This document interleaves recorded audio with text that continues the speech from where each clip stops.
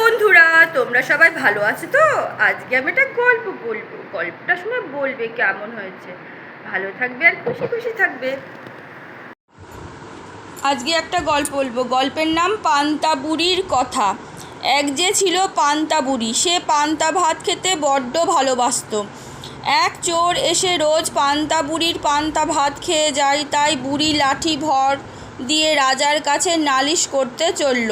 পান্তা বুড়ি পুকুর ধার দিয়ে যাচ্ছিল, একটা শিঙি মাছ তাকে দেখতে পেয়ে বলল, পান্তা বুড়ি কোথায় যাচ্ছ? পান্তা বুড়ি বলল, চোরে আমার পান্তা ভাত খেয়ে যায়, তাই রাজার কাছে নালিশ করতে যাচ্ছি। শিঙি মাছ বলল, ফিরে যাবার সময় আমাকে নিয়ে যেও, তোমার ভালো হবে। পান্তা বুড়ি বলল, আচ্ছা। তারপর পান্তা বুড়ি বেলতলা দিয়ে যাচ্ছে, একটা বেল মাটিতে পড়েছিল। সে বলল, পান্তা বুড়ি কোথায় যাচ্ছ? পান্তা বুড়ি বলল, চোরে আমার পান্তা ভাত খেয়ে যায়, তাই রাজার কাছে নালিশ করতে যাচ্ছি। বেল বলল, ফিরে যাবার সময় আমাকে নিয়ে যেও, তোমার ভালো হবে। পান্তা বুড়ি বলল, আচ্ছা। তারপর পান্তা বুড়ি পথের ধারে খানিকটা গোবর দেখতে পেল। গোবর বলল, পান্তা বুড়ি কোথায় যাচ্ছ? পান্তা বুড়ি বলল, চোরে আমার পান্তা ভাত খেয়ে যায়, তাই রাজার কাছে নালিশ করতে যাচ্ছি। গোবর বলল, ফিরে যাবার সময় আমাকে নিয়ে যেও, তোমার ভালো হবে। পান্তা বুড়ি বলল, আচ্ছা। তারপর খানিক দূরে গিয়ে পান্তা বুড়ি দেখলো পথের ধারে একখানা খুর পড়ে আছে। খুর বলল, পান্তা বুড়ি কোথায় যাচ্ছ? পান্তা বুড়ি বলল, চোরে আমার পান্তা ভাত খেয়ে যায়, রাজার কাছে নালিশ করতে যাচ্ছি।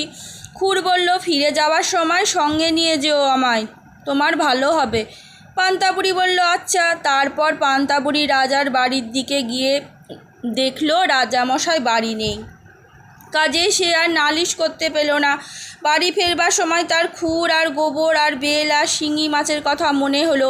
সে তাদের সকলকে তার থলেই করে নিয়ে এলো। পান্তা বুড়ি যখন বাড়ির আঙিনায় এসেছে, তখন খুর তাকে বলল, আমাকে ঘাসের ওপর রেখে দাও। তাই বুড়ি খুরখানাকে ঘাসের ওপর রেখে দিল। তারপর যখন সে ঘরে উঠতে যাচ্ছে, তখন গোবর বলল, আমাকে সিঁড়ির ওপর রেখে দাও। তাই বুড়ি গোবরটাকে সিঁড়ির ওপর রেখে দিল। বুড়ি যখন ঘরে ঢুকলো, তখন বেল বলল, আমাকে উনুনের ভেতরে রাখো। শুনে বুড়ি তাই করলো। শেষে শিঙি মাছ বলল, আমাকে তোমার পান্তা ভাতের ভেতর রাখো। বুড়ি তাই করলো। তারপর রাত হলো, বুড়ি রান্না খাওয়া সেরে ঘুমিয়ে রইল। ঢের রাত্রে চোর এসেছে। সে তো আর জানে না সেদিন বুড়ি কি ফন্দি করেছে। সে এসেই পান্তা ভাতের হাঁড়িতে হাত ঢুকিয়ে দিল, সেখানে ছিল শিঙি মাছ।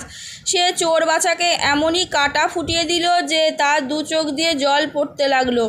শিঙি মাছের খোঁচা খেয়ে চোর কাঁদতে কাঁদতে উনুনের কাছে গেল। তার ভেতরে ছিল বেল।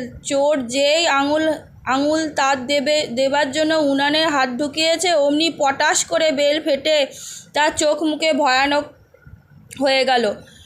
তখন সে ব্যথা আর ভয়ে পাগলের মতন হয়ে যায়। সে ঘর থেকে ছুটে বেরোতে যাবে, অমন সময় গোবরে তার পা পড়েছে। তাতে সে পা ভরকে ধপাস করে সেই গোবরের ওপর বসে পড়ল।